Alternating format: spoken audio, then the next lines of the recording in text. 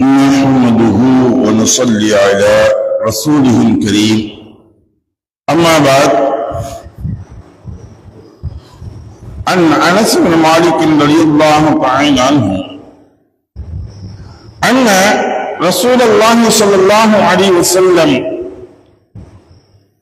ومعاذ بن جبل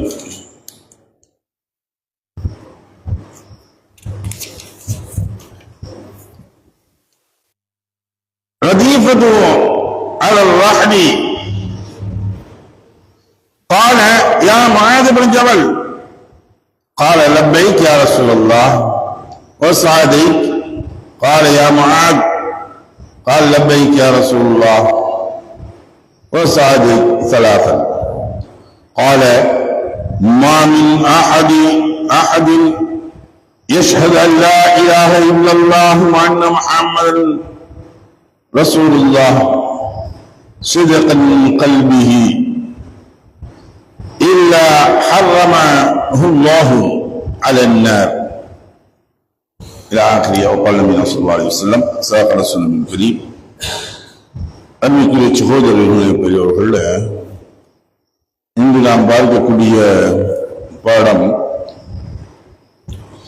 சில விஷயங்களை மக்களுக்கு புரிய வைக்க வேண்டும். அது புரியாதவர்களாக இருந்தால்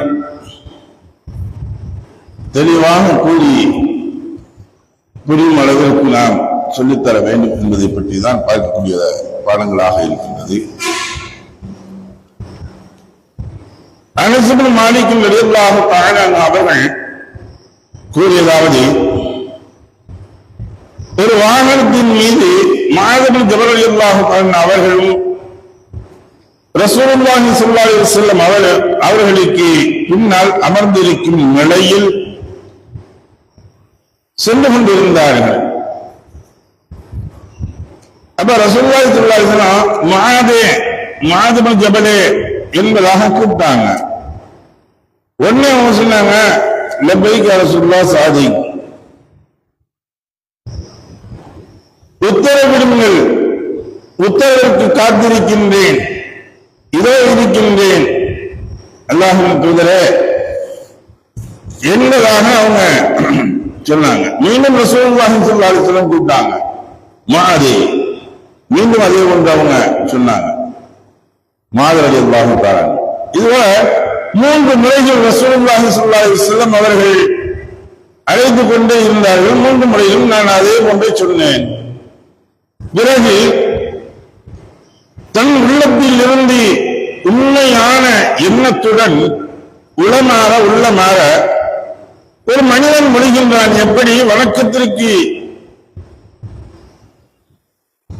தகுதியானவன் அல்லாஹு தஆலாவை தவிர வேறு யாரும் இல்லை, அல்லாஹ் ஒருவனே, யாரும் இல்லை என்றும் முஹம்மது நபி ஸல்லல்லாஹு அலைஹி வஸல்லம் அல்லாஹ்வின் தூதர் ஆவார்கள் என்றும் உறுதியாக நம்பும் எவரையும் அல்லாஹு தஆலா நரகத்திற்கு செல்ல விட மாட்டார் என்று நபி ஸல்லல்லாஹு அலைஹி வஸல்லம் அவங்க சொன்னாங்க.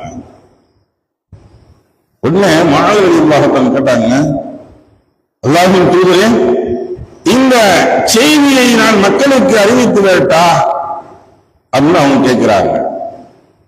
அவர்கள் மக்களுக்கு சொல்லிட்டோம்னா மக்கள் மகிழ்ந்து போவார்களே, சந்தோஷத்தில் அவர்கள் நிலைத்து விடுவார்களே என்று முஆத் ரலியல்லாஹு தஆலா அவங்க கேட்கிறாங்க. அதற்கு ரசூலுல்லாஹி ஸல்லல்லாஹு அலைஹி வஸல்லம் அவர்கள் சொன்னார்கள், அவ்வாறு நீ அறிவிக்கும் அச்சமயத்தில் இது மாத்திரம் போது என்று அவர்கள் அசட்டையாக இருந்து விடுவார்கள் என நபி ஸல்லல்லாஹு அலைஹி வஸல்லம் அவர்கள் சொன்னாங்க. அப்ப ஒரு மனிதனை சோம்பேறித்தனத்தில் ஏற்படுத்தும் அளவுக்கு இபாதத்துகள் அதிகம் செய்து கொண்டிருக்கின்றார்கள். அவங்க அப்பா இவ்வளவு தேவையில்லை, இதெல்லாம் குறைச்சிக்க, இதெல்லாம் ஏன் இவ்வளவு அப்படின்னு சொல்லி குறைக்க வந்துருமா? இதே பெரும் அவர்களை சோம்பேறித்தனங்களாக மாற்றி விடுவது, அவர்களை நீ மசாவுக்கு போய்க்கலாம், இப்ப ஊர்ல இப்ப பிள்ளைய போய்கிட்டு இருந்தாங்க, பயந்து வருவாங்க, அஜித் திட்டாரா, ஆயுத திட்டாரா, நீ போகாத வேணாம், இன்னைக்கு போகாத நாளைக்கு போய்க்கலாம் அப்படின்னு சொல்றாங்க. அப்படின்னா ஒரு பெற்றோர்கள் சொல்ல ஆரம்பிக்கிறாங்கன்னா அவரை சோம்பேறிகளாக மாற்றுகின்றார்கள். காலையில் நேரத்தோட பிள்ளைகள் எழக்கூடிய பிள்ளைகளை ஒண்ணு கொஞ்ச நேரம் ஆட்டினா மணி 6 ஆகுது, அதுக்குள்ள எந்திரிச்சு என்ன செய்ய போற படு அப்படின்னு சொன்னால் அவர்களை சோம்பேறிகளாக மாற்றுகின்றார்கள். அதே போன்றுதான் மார்க்கக்கூடிய விஷயத்திலையும் ஒரு செயல்களை செய்து கொண்டு இருக்கும் பொழுது நல்ல முறைகளில் மேலும் மேலும் அதை எவ்வாறு நல்ல முறைகளில் செய்வது என்பதை பார்க்கணும். இது என்ன, அது என்ன, அது எதுக்கு, இது எதுக்கு அப்படின்னு சொல்லி ஒவ்வொன்றாக அதை பலகீனப்படுத்துகின்றோம் என்றால் அவர்களை சோம்பேறிகளாக மாற்றுகின்றோம் என்பதுதான். லா இலாஹா இல்லல்லாஹ் முஹம்மது ரசூலுல்லாஹ் சொன்ன மனிதர் எல்லாமே சொர்க்கத்துக்கு போயிடுவாங்க, அதாவே இருக்காது, வேதனையே இருக்காது அப்படின்னு சொல்லிட்டா என்ன செய்வாங்க? தொலை வேணாம், நம்ம நோன்பு வைக்கணும், நம்ம தான் லா இலாஹா இல்லல்லாஹ் முஹம்மது ரசூலுல்லாஹ் உலமார சொல்லியிருக்கோம், அப்பா நம்ம தான் முஸ்லீமா இருக்கணும், எதுக்கு தொழணும், எதுக்கு நோன்பு வைக்கணும், எதுக்கு ஸகாத் கொடுக்கணும், எதுக்கு நம்ம பாக்கியான தான தர்மங்கள்லாம் செய்யணும், எதுவும் செய்ய வேணாம உட்கார்ந்துட்டு கஞ்சா நம்ம இருந்துக்கலாம் அப்படின்னு நினைச்சிட்டு பேசாம உட்கார்ந்துருவாங்க. அதைத்தான் ரசூலுல்லாஹி ஸல்லல்லாஹு அலைஹி வஸல்லம் இல்ல சொல்லாதீங்க அப்படின்னா. இப்ப இதை மாதிரி முன்ன எப்ப அறிவிக்கிறாங்க அப்படின்னா இந்த ஹதீஸையும் கூட